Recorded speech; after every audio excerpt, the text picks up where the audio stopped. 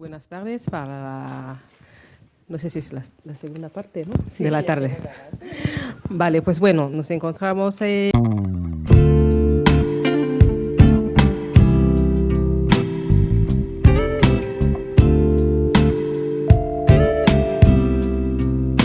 el contexto migratorio y también poniendo en contexto de movimiento de mujeres, ¿no? Entonces, vamos ahora a visualizar un vídeo, ¿no? Que no dura mucho y luego empezaremos un poco a la dinámica de la mesa, que está dividido creo que en 3 estructuras. Gracias.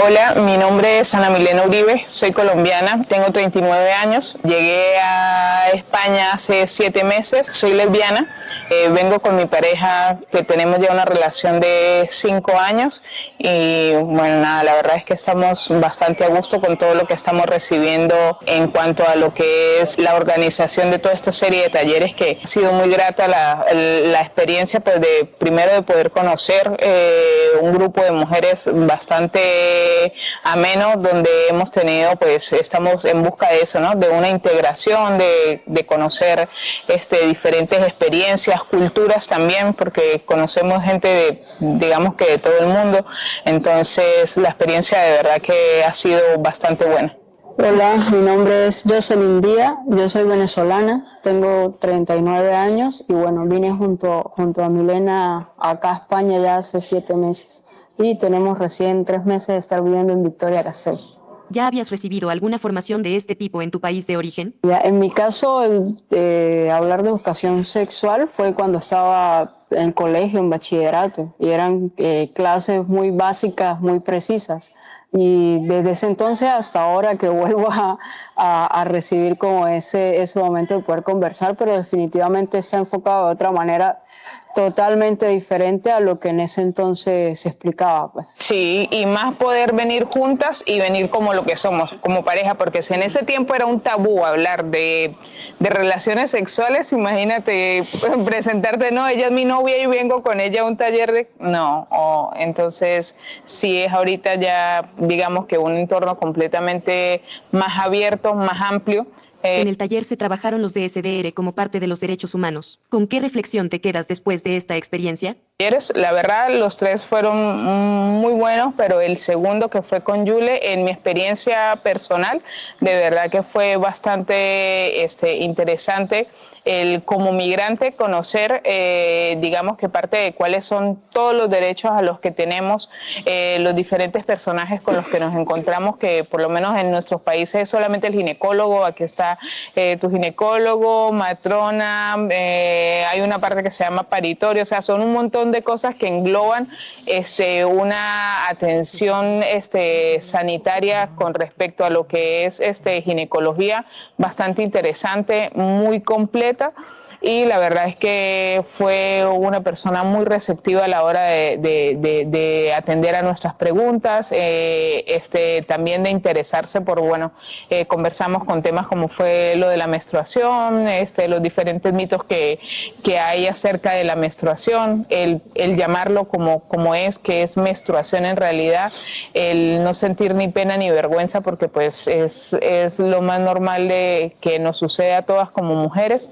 Entonces la verdad fue que fue bastante enriquecedor, fue muy bueno, fue también como quitarnos tantos mitos acerca de algo que pues es parte de nuestra vida, y de verdad que me llevo una experiencia muy, muy bonita.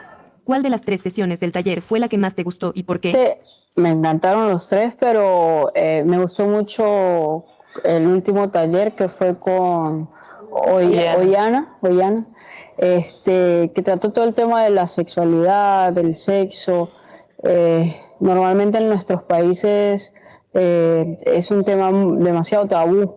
Entonces, poder conversar hoy junto con ella y el resto de las compañeras fue bastante gratificante y ver desde el punto de vista de que debemos conocernos como mujeres.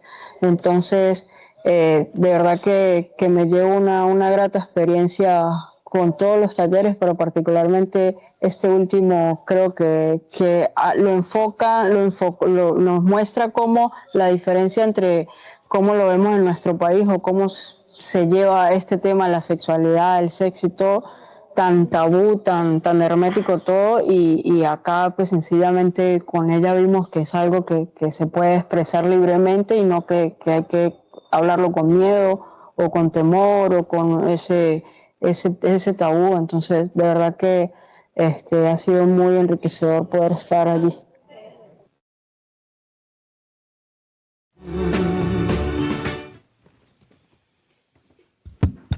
Vale, pues bueno, en lo que hemos visto es un poco la realidad, ¿no? De las que se encuentran aquí las mujeres.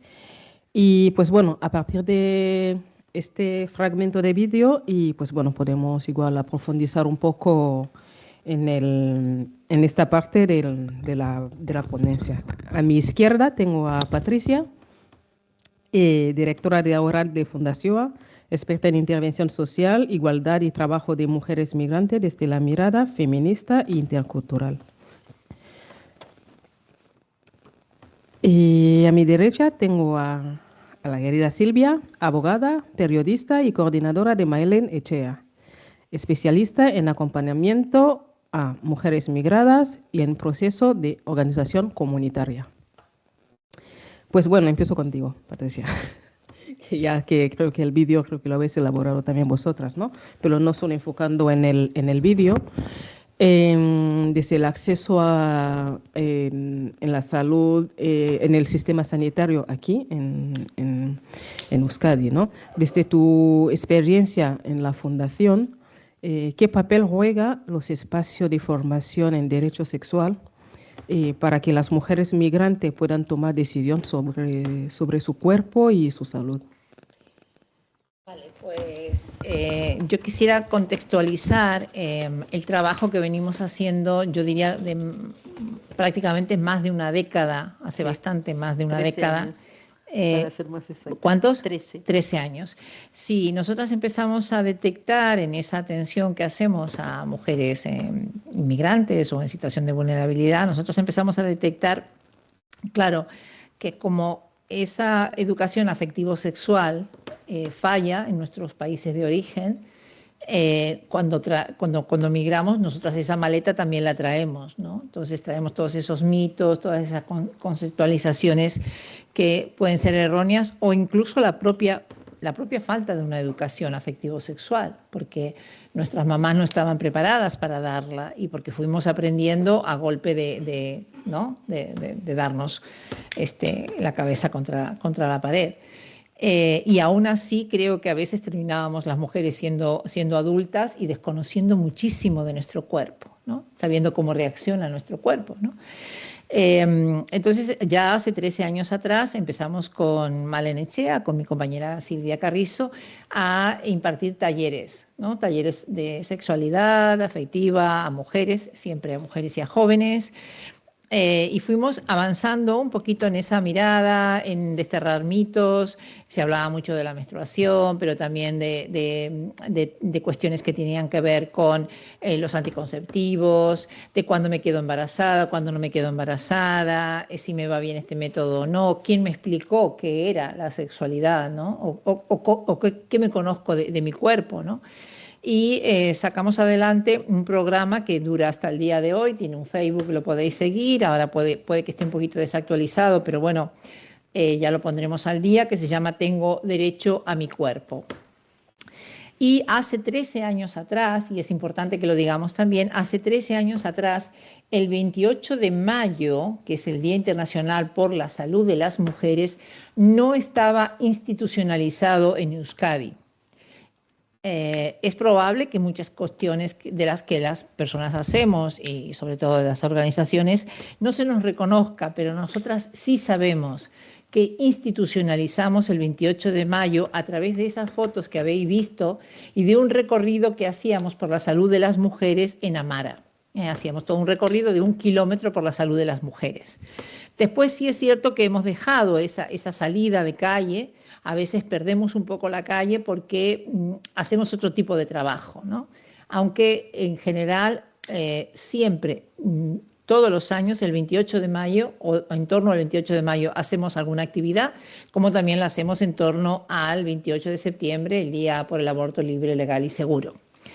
El 28 de septiembre, lo cual está muy bien porque además cae justo en el Festival de Cine de San Sebastián y nos encanta ir a la calle a hacer actividades justo en el Festival de Cine de San Sebastián, seguirnos en nuestras redes porque veréis cosas súper potentes. Bueno, en la sala, nosotros hace exactamente 3 años atrás empezamos a trabajar con matronas del Servicio Vasco de Osakidetza, con enfermeras y con personal médicas generalistas.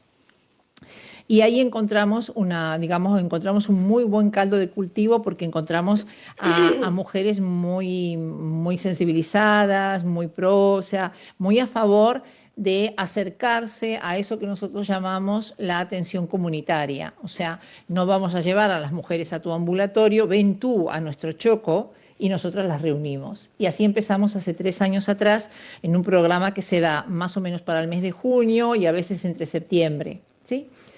Se hace como en dos partes. En esta sala hay una de las matronas con las cuales vais a poder dialogar y os podrá explicar el trabajo que se hace y estará con nosotros, que es Yule Maes, que te agradecemos mucho que estés aquí, porque ella cuando veía el vídeo a estas mujeres las ha tenido con ella.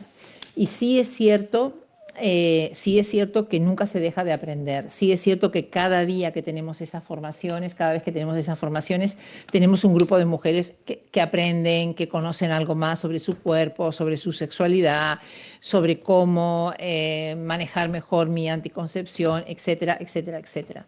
Por lo tanto, este es el recorrido pequeño que yo quería hacer para que se viera que no estamos sentados hoy aquí porque hemos inventado un trabajo ayer.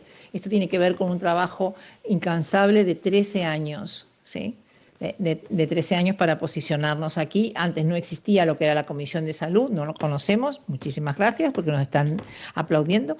Y si me he ido de la pregunta en concreta, ¿me la puede usted resumir, por favor? Marilucy. ¿Cuál era la pregunta? Porque me ha tocado con Patricia, pero bueno. Pero bueno, un poco así. el papel que juega en los espacios de formación de derecho a la salud. ¿El papel que juega quién? Aurralde. El papel que juega Aurralde, vale. Bueno, sí es cierto que aquí hay una cuestión que tiene que ver es una cuestión de incidencia política. Nosotras nos quejamos, las organizaciones nos quejamos porque decimos que, en cierta manera, hacemos parte de un trabajo que tendría que hacer la administración pública. Bien, en eso coincidimos todos.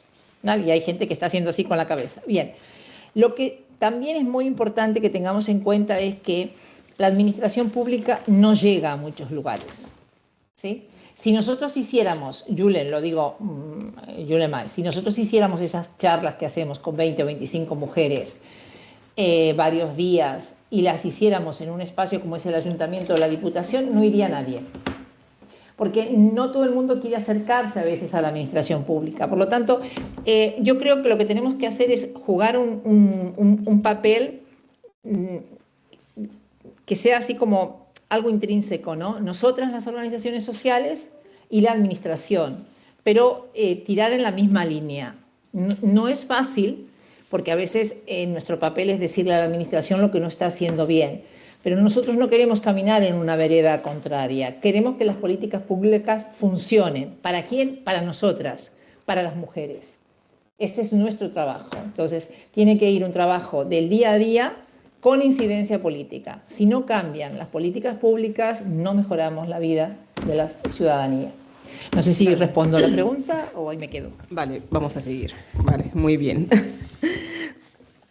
Pues bueno, luego recojo un poco lo que has comentado, ¿no? Por eso, bueno, por ejemplo, nosotras siempre decimos hay que tener un trabajo horizontal entre entidades y vertical con las administraciones, si no son parche. Entonces, yo creo que caminar un poco trabajando y de manera complementaria es ahí, ¿no? Pero aunque haya muchos fallos, ¿no? Vale, pues bueno, Silvia, desde el trabajo de Malenchen, Echea, ¿qué dificultades siguen encontrando las mujeres migrantes para ejercer sus derechos sexual y reproductivo, incluso cuando los recursos existen? Bien, a ver, en el caso de las mujeres migrantes y en particular de las compañeras que conforman la asociación Malenechea, que son mujeres migrantes, el 90% trabaja en el servicio de hogar y de cuidados, de esos la mayoría en régimen de interna. Ya ahí nomás nos vamos a dar cuenta que hay una combinación bastante compleja de opresiones que afectan directamente a la vida de las mujeres, ¿no? Esa colonialidad de género que sabía hablar María Lugones es un poco lo que explica la situación de esta. Cuando hablamos en el ámbito de los derechos sexuales y reproductivos, si nos situamos que aunque parezcan derechos tan comunes, es un derecho humano, pero además el ser humano es un ser con deseo sexual, con lo cual entendemos que a todas podemos ejercerlos más o menos de la misma manera. También los derechos sexuales tienen barreras culturales, por supuesto, tienen condicionamientos de género que ya lo sabemos, y tienen condiciones materiales que hacen posible o no que estos derechos los podamos ejercer. Y hay limitaciones muy prácticas. Y es el caso concreto de las mujeres migrantes. Nos tenemos que poner que está el ejercicio libre de los derechos sexuales y reproductivos de una mujer migrante que trabaja de interna o que vive en una habitación compartiendo el piso y en la habitación está con su pareja y tres hijos o dos hijos, o vive en una casa donde trabaja y no tiene salida, trabaja de lunes a lunes, no tiene ni siquiera un fin de semana libre, ya nos damos cuenta que hay condiciones materiales de vida que hacen imposible que pueda ejercer libremente esos derechos sexuales, ¿no? Entonces nosotros decimos que hay en el ejercicio de los derechos sexuales y reproductivos hay condiciones materiales, hay la precariedad laboral, las condiciones de vivienda, esas condiciones materiales condicionan directamente el ejercicio libre de la sexualidad. Nosotras nos encontramos que, por ejemplo, en nuestra organización, mujeres de 50, 60 años, 45 años, que llevan igual 10, 15 años sin una vida sexual, sin derecho a una vida sexual, porque su posibilidad de tener una relación sexual placentera y demás se limita a las 2 horas libres que tenga y que tenga ganas ese día, o simplemente el hecho de no tener intimidad en tu propia casa, ¿no? ¿Por qué? Porque vive en un piso compartido, porque comparte la habitación con sus hijos. Esas son las condiciones materiales con las que nos encontramos, que nos cuesta mucho remar con eso, poder, digamos, en realidad lo que trabajamos es sanar la comprensión de la situación en la que están, porque tampoco podemos a través de nuestra organización solucionar más allá de ese tema.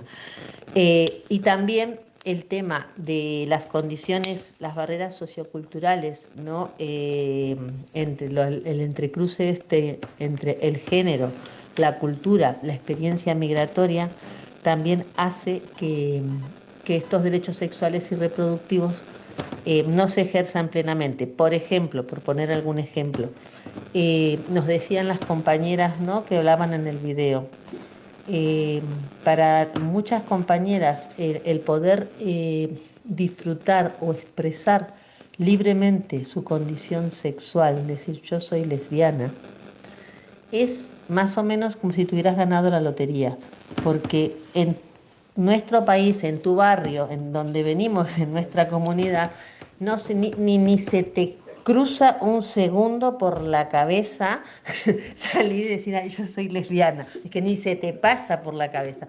Entonces, para muchas, nosotros lo vemos sobre todo con las compañeras más jóvenes que ya hacen otros procesos migratorios. El ejemplo, bueno, justo lo teníamos en estas dos compañeras, pero es cierto que las chicas jóvenes con menos de 40 años vienen migrando y vienen migrando en otras condiciones, igual las mismas condiciones materiales, pero con otras condiciones de expectativas de vida. A diferencia de la generación nuestra, que hemos venido a trabajar y aguantar lo que sea, y nos metimos de internas y ahí nos quedamos 15, 20 años, las generaciones jóvenes, las chicas jóvenes vienen a vivir y eso es lindo, eso es bueno, porque vienen a vivir, vienen a ser libres, no tienen esas cargas de hijos ni de nada, vienen a expresar su vida sexual, vienen a vivir, a ser felices y por ejemplo, yo creo que no tiene mucho que ver con el tema, o sí tiene, porque también van a cambiar las condiciones, el hecho de estar frente a un paso de una regularización extraordinaria como la que estamos, ¿no? En la que su contrato, o sea, su presencia acá no va a depender de un contrato de interna, sino le van a decir, pues, trabajá de lo que quieras. No sabes la ilusión que tienen de que esta regularización va a permitir a muchas de ellas empezar vidas nuevas, empezar a estudiar, empezar a trabajar en otras cosas, a encontrar sus parejas, a vivir de una manera diferente y esto sí que es bueno. Y me fui de la pregunta. No, está.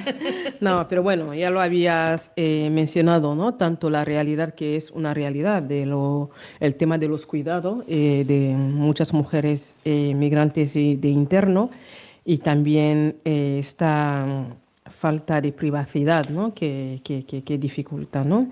Pues bueno, son casos concretos que habéis tenido y que estáis elaborando, ¿no? Recogiendo un poco el último que has mencionado, ¿no? Tanto la migración, como has llamado la migración, porque yo muchas veces, ¿no? De la generación de migraciones, entonces ahí lo dejo, ¿no? Pero de lo que has dicho, ¿no? De las jóvenes que pueden expresar libremente la diversidad sexual que tengan, ¿no? Y también ahí, como has mencionado, y yo creo que también a veces llevamos en nuestras mochilas esto peso sociocultural que llevamos dentro también. A veces la comunidad también tiene otra mirada ahí también, donde hay que hacer un trabajo también con las comunidades, porque también esta mirada, el peso está ahí, ¿no?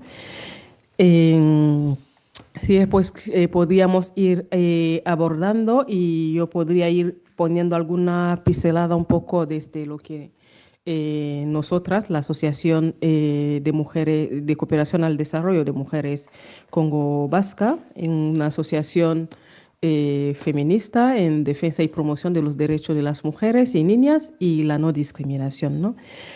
Nosotras un poco, tanto en el tema que abordamos en la violencia machista en general, pero nosotras trabajamos las violencias silenciadas e invisibilizadas, ¿no? Tanto a nivel comunitaria, ¿no? Porque las violencias, cuando nos referimos, la migración africana es un poco al revés de la migración latina, ¿no? Entonces la migración está en los estadísticos, ¿no? Y tanto Ikuspegui también hoy ha sacado el informe, ¿no? Sobre la discriminación que hay, ¿no?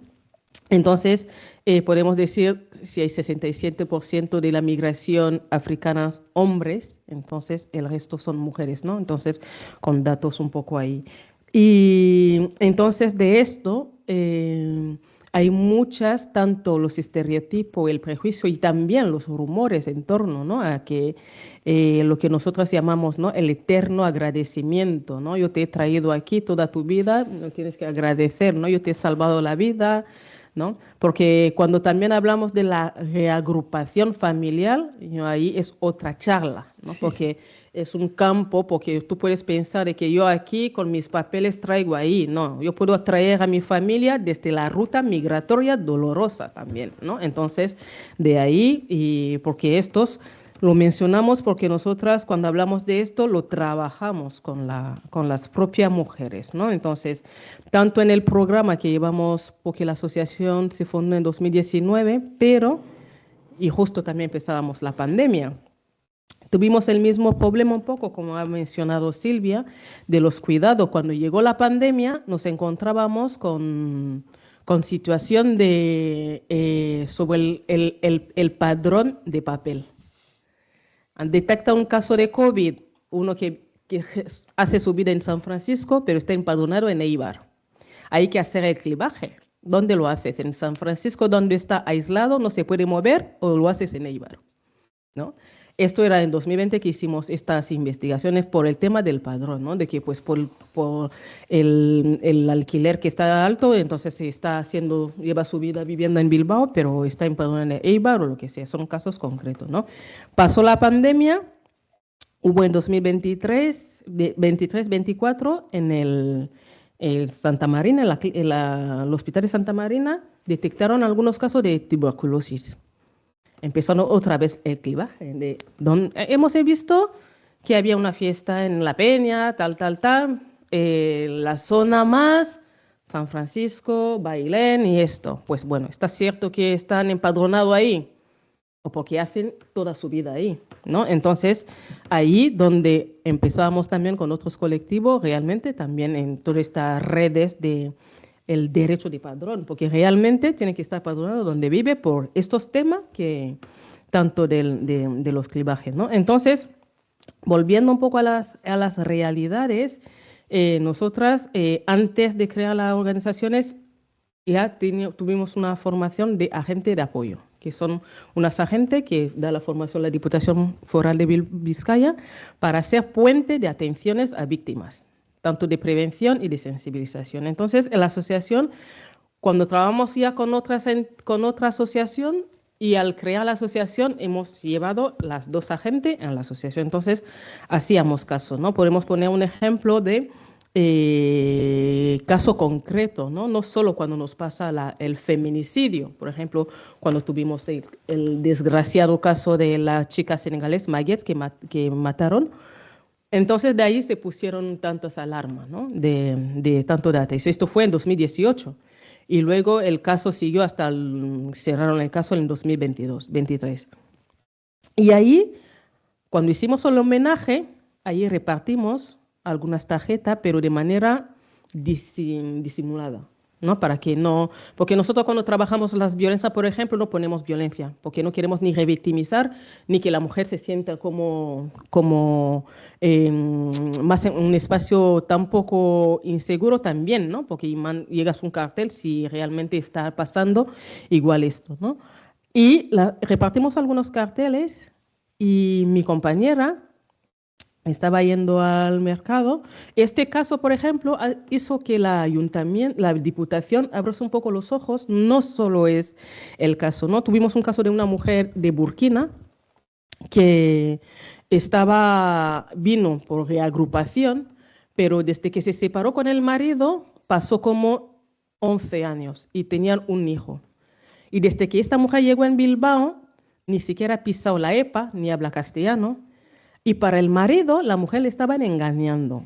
Entonces, ella no, es casada, pero era esclava sexual en su propia casa. Es decir, mañana tarde te tienes que quedar embarazada. ¿Por qué no te estás quedando embarazada? Igual has hecho aborto, todo esto desconocimiento, ¿no? Entonces, esta mujer, y nos vi, entonces, esto, ¿no? Yo te traigo aquí y tú, el niño ya tiene 11 años y tú no te estás quedando embarazada. Entonces, este caso, por ejemplo, ella vino por el matrimonio, pero estuvo esclava sexual en su propia casa, ¿no?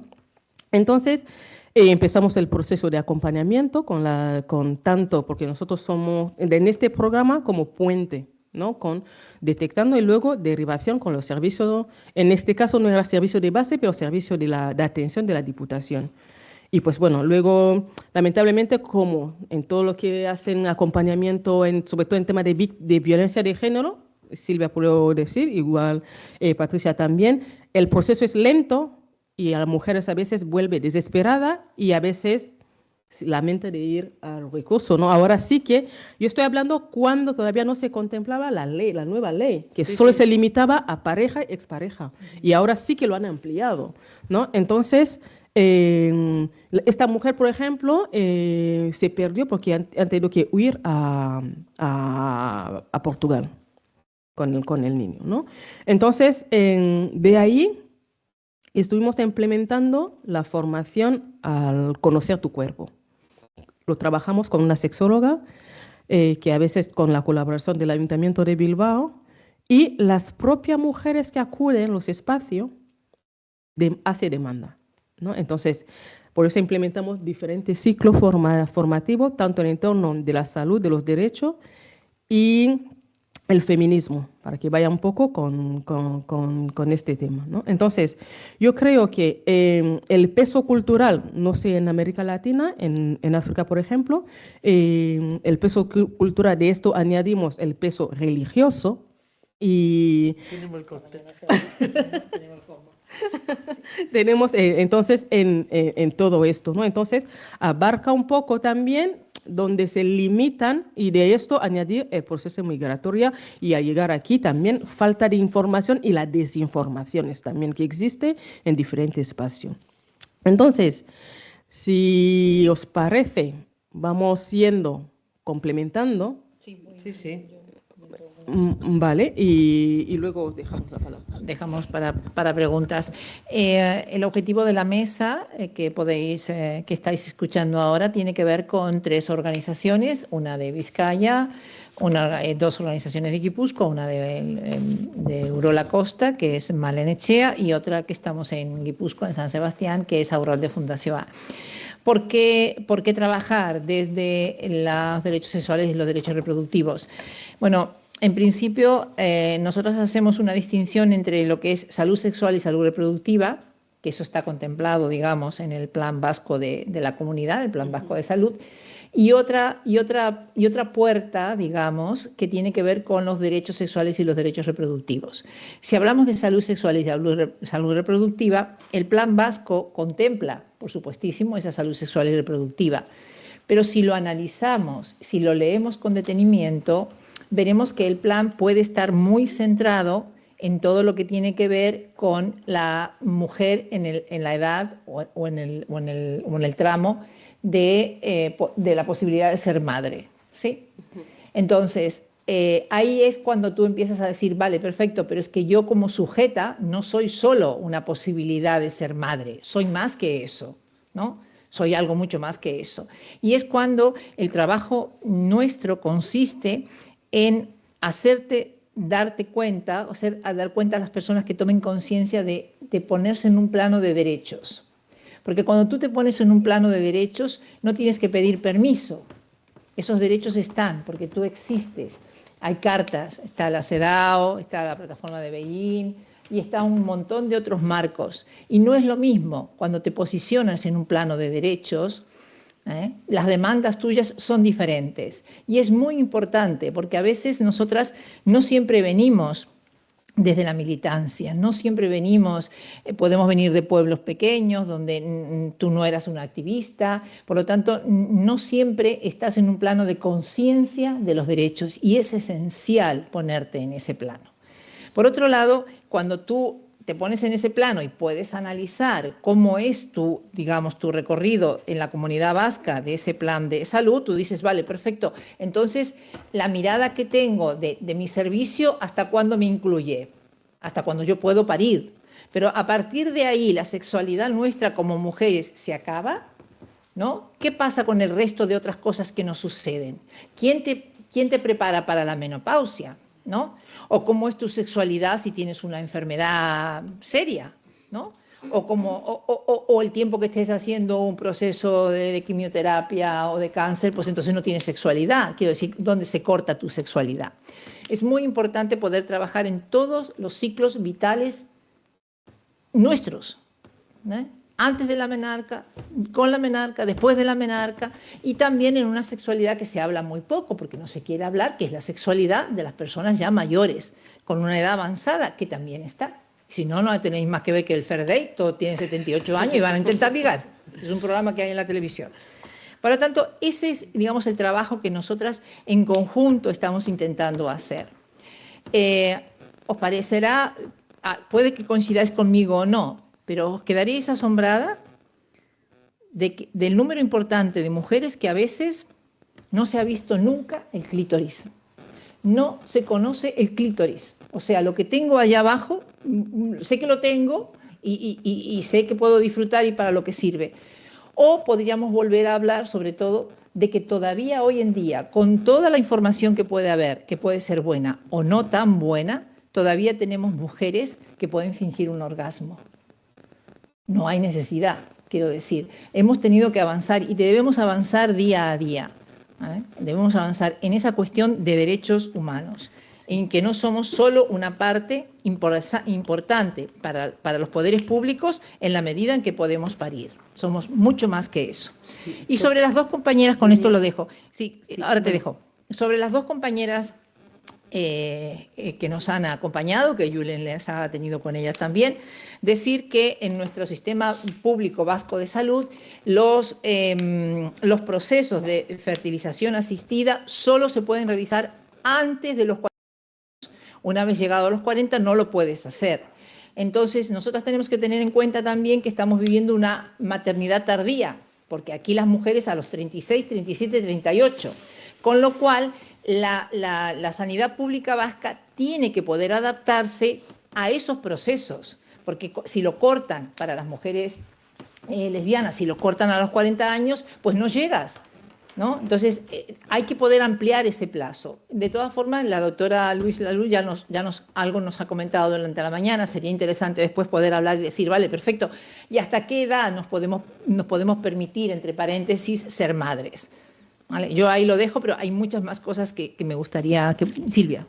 Sí, yo al hilo de lo que estaba comentando Patricia y como estamos hablando del trabajo que hacemos las organizaciones, sí que me parece importante, y no es que nos querramos agrandar, pero cuando se hacen las cosas bien se hacen, y hay que decirlo, ¿no? Nosotras tenemos muchos años y nuestro trabajo es muy de base. Sí, nosotras, no sé, la cantidad de talleres que hemos hecho, hemos trabajado en maternidad, o sea, tenemos un trabajo muy directo y muy de base, con cientos de mujeres al año que pasan por nuestros talleres, pero al mismo tiempo tenemos un gran trabajo de incidencia y de creación de contenidos. Nosotras, como formamos parte de muchas redes, entre esas formamos Ahorralde y Malena Echea, parte de la Red de Mujeres Latinoamericanas y del Caribe, y desde ese espacio hemos impulsado desde acá todo un trabajo de argumento político basado en lo que nosotros definimos como la ciudadanía sexual, ese derecho de las mujeres a vivir plenamente sus derechos sexuales y reproductivos como todos los derechos fundamentales, y hablamos y creamos y acuñamos y trabajamos durante 2 años el concepto de ciudadanía sexual vinculado claramente con la población migrante, porque a nadie se le ocurriría acá plantear, pero nosotros tenemos legados derechos de ciudadanía, con lo cual hemos trabajado ese concepto que es muy importante. ¿Por qué? Porque a la hora de la incidencia política nos ha servido mucho. Cuando Patricia decíamos, cuando empezamos hace 13 años, que empezamos con la CEDAW, que ya tenía muchos años, y hicimos una campaña que se llamaba los Noti Derechos. Y entonces íbamos con nuestros Noti Derechos, sacábamos como si fuera una revista semanal o quincenal, era Noti Derecho, ¿no? Entonces íbamos, derechos sexuales, y íbamos, ¿no? Tomando la CEDAW, tomando Belén de Pará, o sea, Beijing, bueno. Y entonces nos tomábamos el trabajo de ir ayuntamiento por ayuntamiento, legislador por legislador, bloque parlamentario de acá, íbamos con nuestro Noti Derecho, y nuestras representantes en ese momento, hace 13 años atrás, no sabía una concejala de igualdad de un pueblo de Donosti, no conocía lo que era la CEDAW, no conocía cómo se podía, pero es real, no conocía cómo se podían, qué se podía hacer a nivel municipal con los derechos sexuales y reproductivos. Usted decía, no es mi competencia. O sea, ¿cómo que no es su competencia? Mire, antes de los ODS que teníamos los objetivos del milenio. Sí, somos viejas. 2015. Beijing más 15, no sé, tenemos todas nosotros. Venimos con todos los objetivos. Empezamos con los objetivos. Bueno, Patricia, no sigamos porque estamos mal. Bueno, la cosa era, eso era en serio, fuera de chiste, nosotras, pero no te estoy diciendo, o sea, un ayuntamiento del interior de Guipúzcoa, con todo respeto, estoy hablando de ayuntamientos importantes, tanto de Vizcaya como de Áraba, donde la concejal que estaba ahí no sabía qué podía hacer con eso, no reconocía que el tema de violencia sexual, el tema era parte de su competencia, ¿no? Y nosotros nos llamaba muchísimo la atención eso. Dime.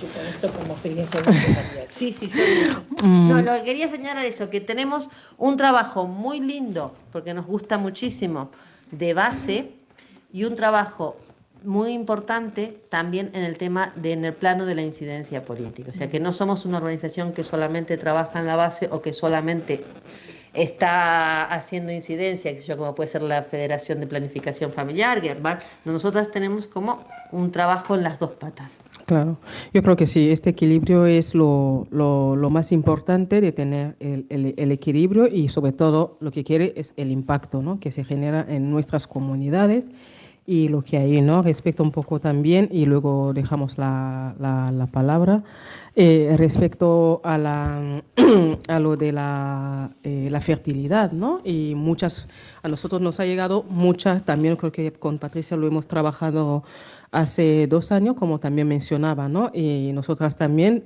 trabajamos por la jornada el Día Internacional de Acción por la Salud de la Mujer, ¿no? Además, este año vamos a tener una jornada internacional, entonces todos los años lo trabajamos, ¿no?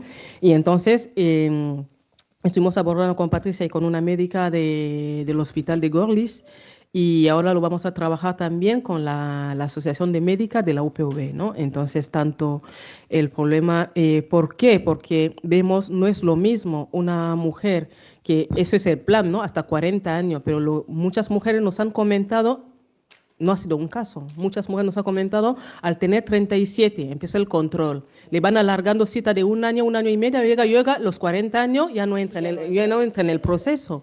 Pero una mujer de aquí tiene redes de su familia, puede prestar dinero para permitirse una clínica privada con 10.000 euros para quedar embarazada.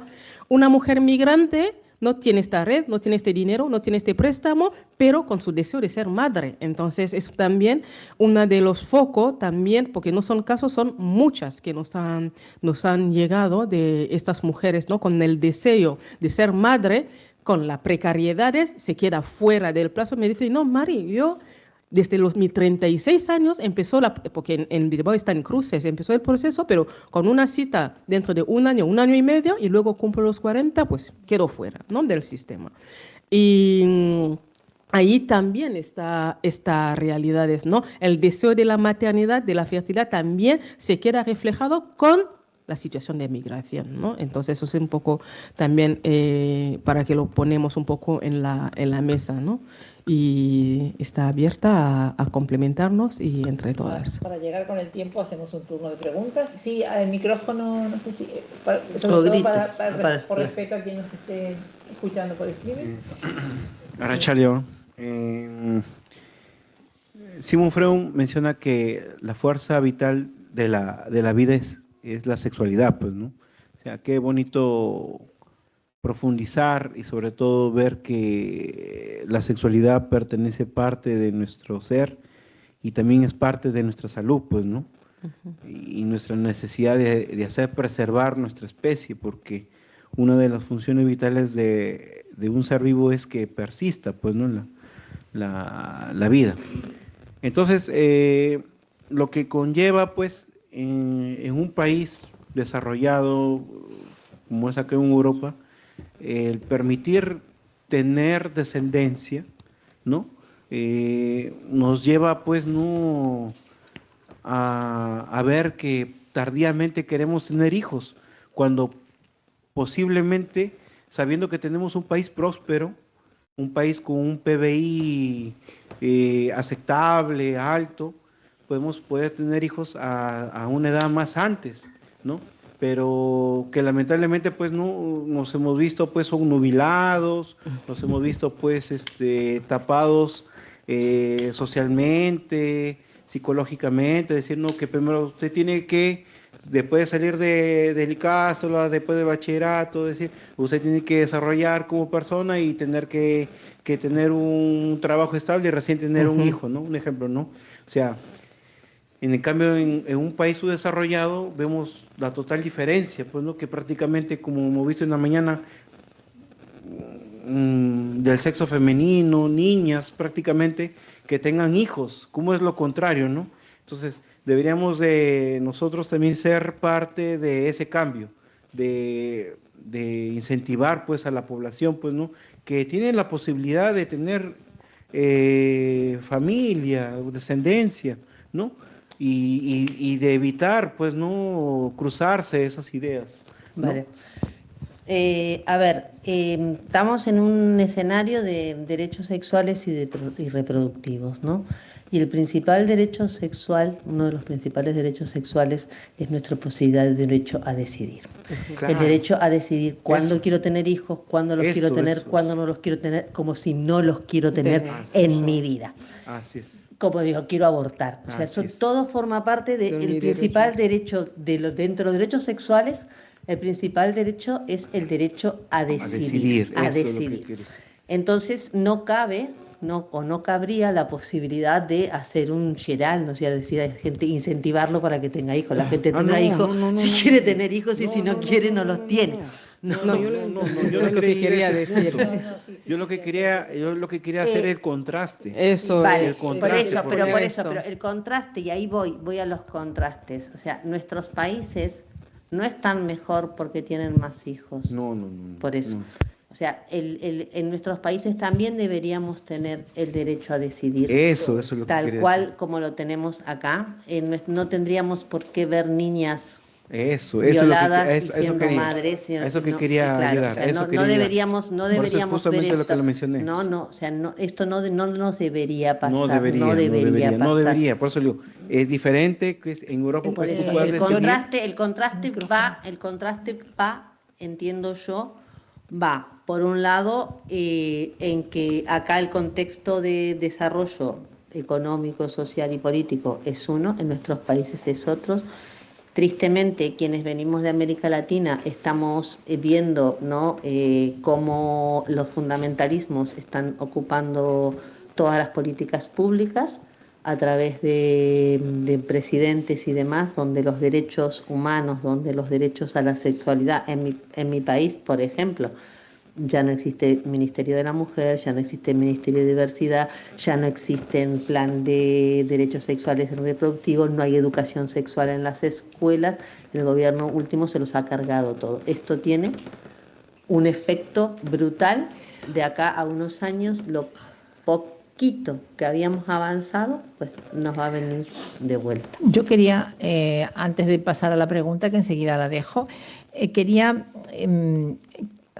hacer, digamos, una pequeña reflexión respecto a que por algún motivo una parte de la población todavía sigue entendiendo a esa sexualidad o esa fuerza de la sexualidad solo como una cuestión de penetración. Y quiero que volvamos a esta reflexión tan importante, que es que la sexualidad no es solamente penetración. O sea, cuando nosotros hablamos de tengo derecho a mi cuerpo, la compañera hoy comentó que había mujeres que trabajan en el trabajo interno y que pues llevan mucho tiempo. Sexualidad no es solamente el tener una pareja del mismo sexo o del sexo opuesto, tampoco es penetración. Yo creo que tenemos que poder avanzar mucho, y se ha avanzado muchísimo en estos conceptos, que es muy importante que los podamos, o yo quería por lo menos ahora citarlo, y hay muchas cabezas que me están consintiendo en la sala, con lo cual entiendo que estoy acertada,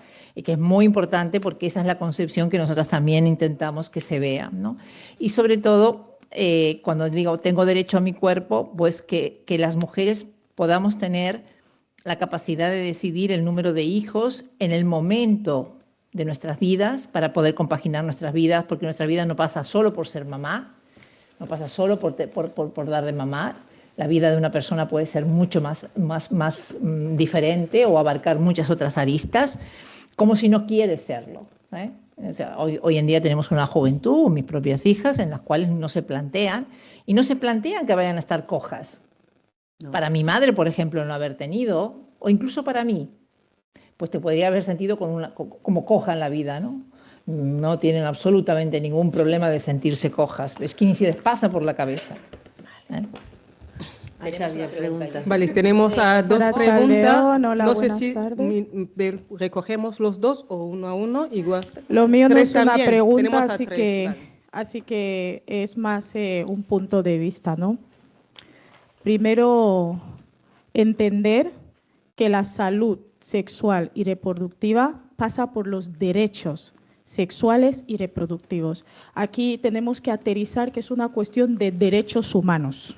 Entonces, cuando hablamos de derechos, entendemos que el derecho a la salud sexual y reproductiva está en el centro de todas las otras disputas, porque la salud está en el centro de la vida, ¿no? Luego, yo sí quiero problematizar la maternidad. Es importante que las mujeres, y voy a hablar desde mi negritud, desde activista negra que soy, negroafricana además, es importante que empecemos a problematizar a quién le beneficia nuestra maternidad, quién regula el cuándo, el cómo, el por qué y el para qué. Cuando nosotras ponemos la problemática de la maternidad en el centro, dejamos de verlo como una cuestión personal y pasamos a verlo como una situación estructural que organiza sistemas y políticas públicas para que algunas mujeres tengan acceso y disfrute pleno de los derechos sexuales y reproductivos porque van a la par y que algunas no lo tengan. O por lo menos condiciona el cómo, el cuándo, el dónde y el para qué. Recientemente voy a publicar un ensayo literario que se titula Niñas criando a niñas, que problematiza la cuestión de la maternidad infantil, adolescente en el contexto africano. Y sí que me parece importante ver cómo los sistemas estatales organizan desde la cultura, la religión y luego las políticas públicas, incluso la diplomacia, para que nuestros cuerpos no sean decisión nuestra, sino sean un instrumento del sistema. Y yo pienso que este debate tendría que estar también en el centro del discurso y de la discusión de los derechos sexuales y reproductivos. Gracias.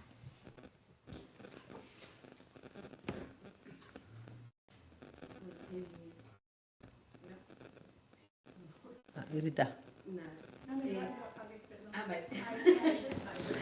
Bueno, a mí si me da un micro es difícil de me quitar da mano. Nada, quería hacer una pregunta más política, ¿no? No contexto más político de Euskadi, ¿no? No sentido de que vosotras já levais un recorrido, son referentes de 13 años, ¿no? Trabajando con los derechos y ese retroceso, ¿no? Que estamos teniendo en todos los derechos. Quiero hacer una pregunta para las tres. Si podemos hablar realmente, se puede existir una horizontalidad, un derecho a decidir real, sin esa distribución de privilegios. Ahí hay otra.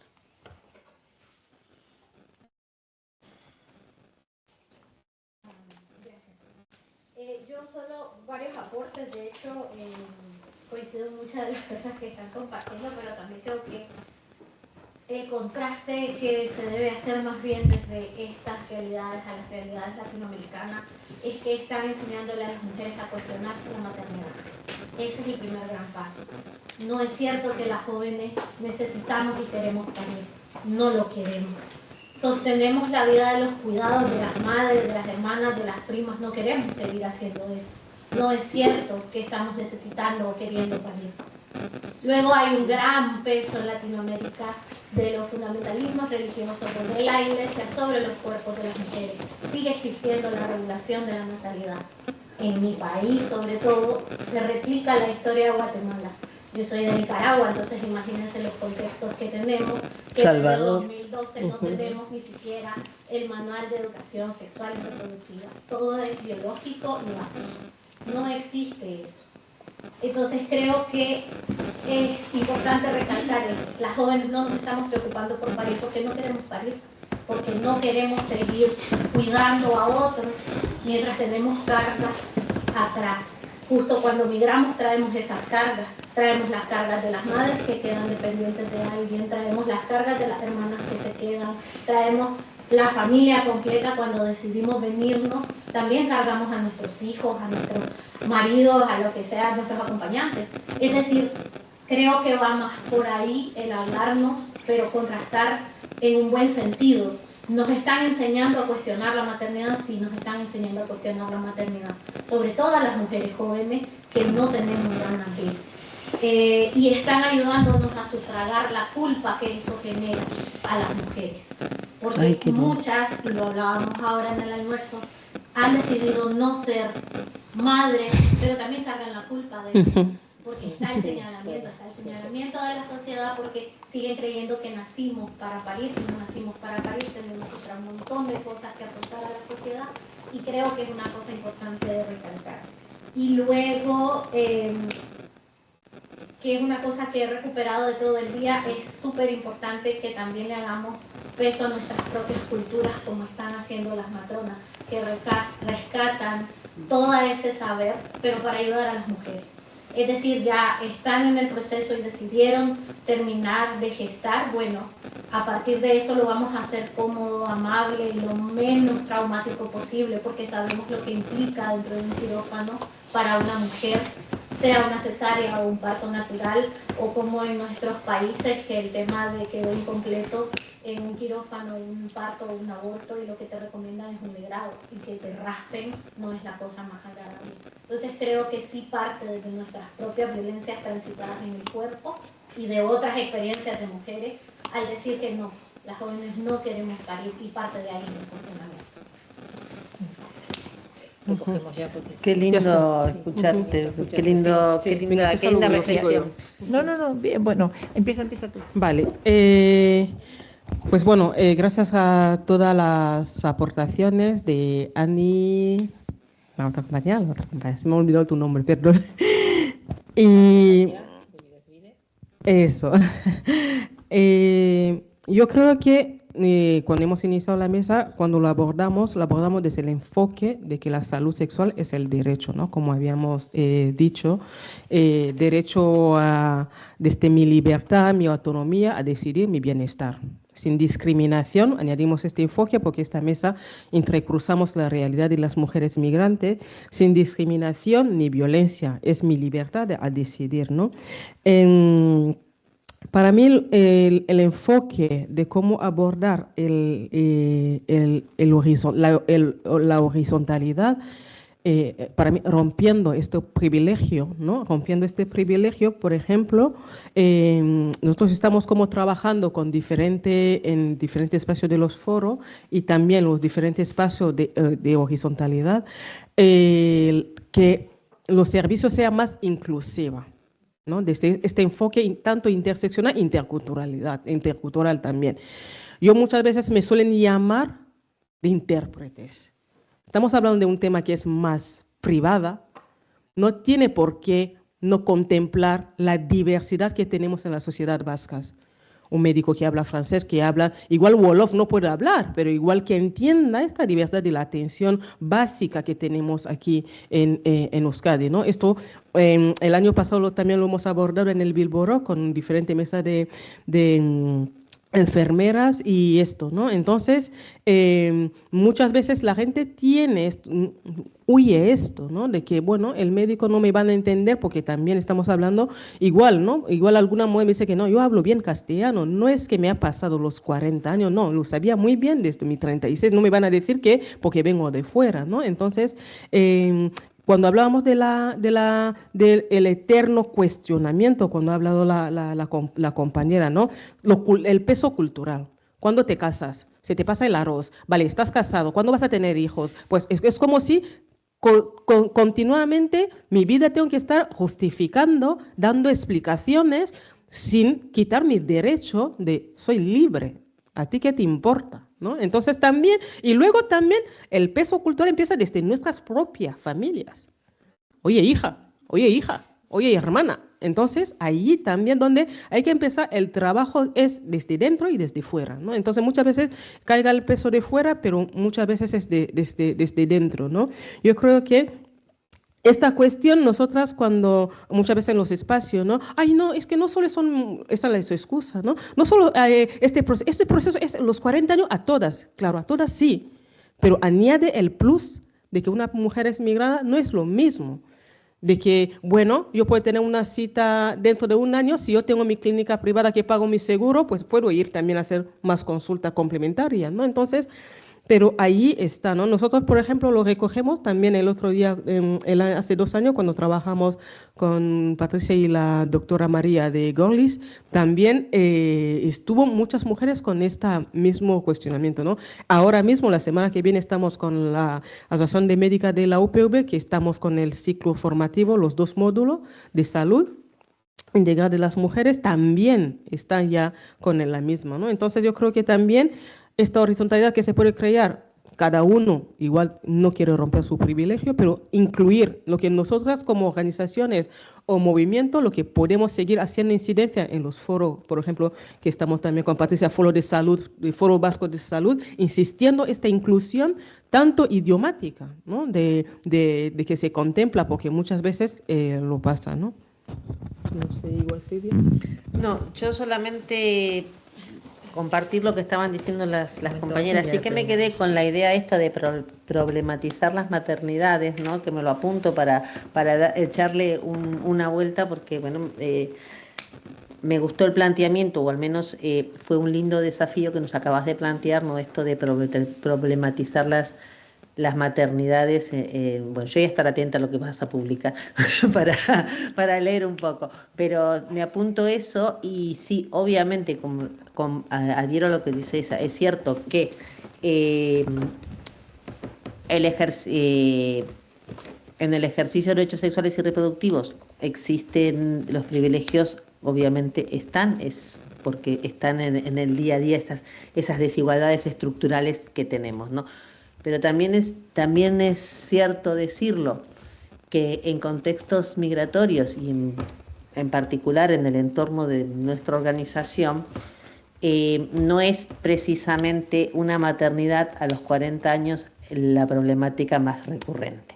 Quizás la problemática más recurrente es que tenemos maternidades muy jóvenes que qué sé yo, o sea, de historias de vida que se repiten y que llegan igual en una reagrupación y vienen con un embarazo de 4 o 5 meses y se encuentra la hija, se encuentra con la madre, se encuentra con la hija embarazada, ¿no? Y ahí todo se descontrola, todo ese proceso migratorio se descontrola. Ya no es una vida la que se ha desestructurado cuando la madre vino, sino que ya es una vida que ya viene, se desestructura en la reagrupación y se continúa, ¿no? Y sí que ahí notamos la falta de esta mirada interseccional, intercultural en los servicios de base, en los servicios de atención a la salud, o sea, este poder entender, ¿no? Porque a una compañera me viene el ejemplo de Honduras, pero le puede pasar a una de Nicaragua, lo que sea, ¿no? Colombia, llega con su hija a la sección de la matrona con 16 años y la matrona con toda normalidad le dice: ¿en qué semana estás? Podés interrumpir voluntariamente tu embarazo, y la madre y la hija quedan en estado de shock, de shock, porque igual si se hubiera enfocado de otra manera, el proceso hubiera terminado en una interrupción voluntaria, ¿no? Pero es tal el impacto, porque para nuestros contextos culturales es casi impensable, es imposible que la matrona o la ginecóloga tenga enfrente, va a decir, mírete eso y después viene de 3 días y tiene... O sea, no puede, no sabe si está cometiendo un delito, si está cometiendo un asesinato, o sea, se le cruzan todos los papeles. Entonces sí que yo extraño en ese lugar, extraño este enfoque de esta mirada interseccional, porque igual el proceso hubiera terminado en una interrupción voluntaria, pero con otro enfoque, con otra conversación, con otro arropamiento, con otra mirada, con otra, abrir la ventana para decir, mira, hay un mundo, no tenés derecho, o sea, podés evitar reproducir modelos, o sea, que se puede trabajar de otra. Eso sí que extraño. Sí, yo para finalizar la mesa, para no irnos del tiempo, sí que estoy de acuerdo, y Katia, tu pregunta, yo considero, y creo que mis compañeras también estarán de acuerdo, considero que hay un retroceso en cuanto a derechos sexuales y derechos reproductivos. Hay un retroceso porque hay un negacionismo de la violencia, y si hay un negacionismo de la violencia, hay un negacionismo de la violencia sexual. Cuando nosotros pusimos los datos de ahí de Guatemala, yo no me los he inventado. El porcentaje más alto que tenéis de embarazos en niñas y en adolescentes es por violencia sexual o por algo que en nuestros países es muy común y se tapa, que se llama incesto, ¿sí? O sea, el abuelo, el padrastro o incluso el hermano, pues inician a la niña en la sexualidad.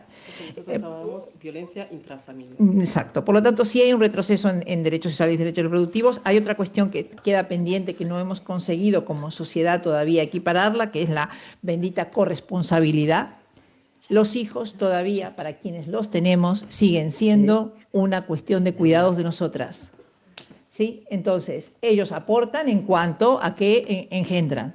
Pero después, ¿quién está? ¿Quién lleva? ¿Quién cuida? ¿Quién se levanta? ¿Quién lava? ¿Quién cocina? ¿Quién no sé qué? Y además de eso, pues tengo que ser profesional porque yo quería ser una profesional, ¿no? Entonces, la corresponsabilidad, no nos engañemos, es todavía una deuda pendiente y está lejos. Y no pasa porque ahora los jóvenes empujen un carrito en la calle. No, porque eso no es el cuidado de un niño 24 horas al día. Y luego hay otro problema bastante importante que también tiene que ver con que nos encontramos con un número importante de mujeres que no decide cuándo quiero, cómo quiero, ¿sí? Y qué quiero. Y si quiero una natalidad espaciada o no, y si quiero compaginar eso con otros procesos de mi vida. Y eso es una realidad, no me lo estoy inventando. Por lo tanto, sí hay un retroceso en derecho. Sí hay una sociedad que nos quiere nuevamente lavando, cocinando, que está muy bien lo de cocinar, está muy bien a quien le guste, pero tenemos otras aristas en la vida, las personas, y queremos desarrollarlas. Termina tú.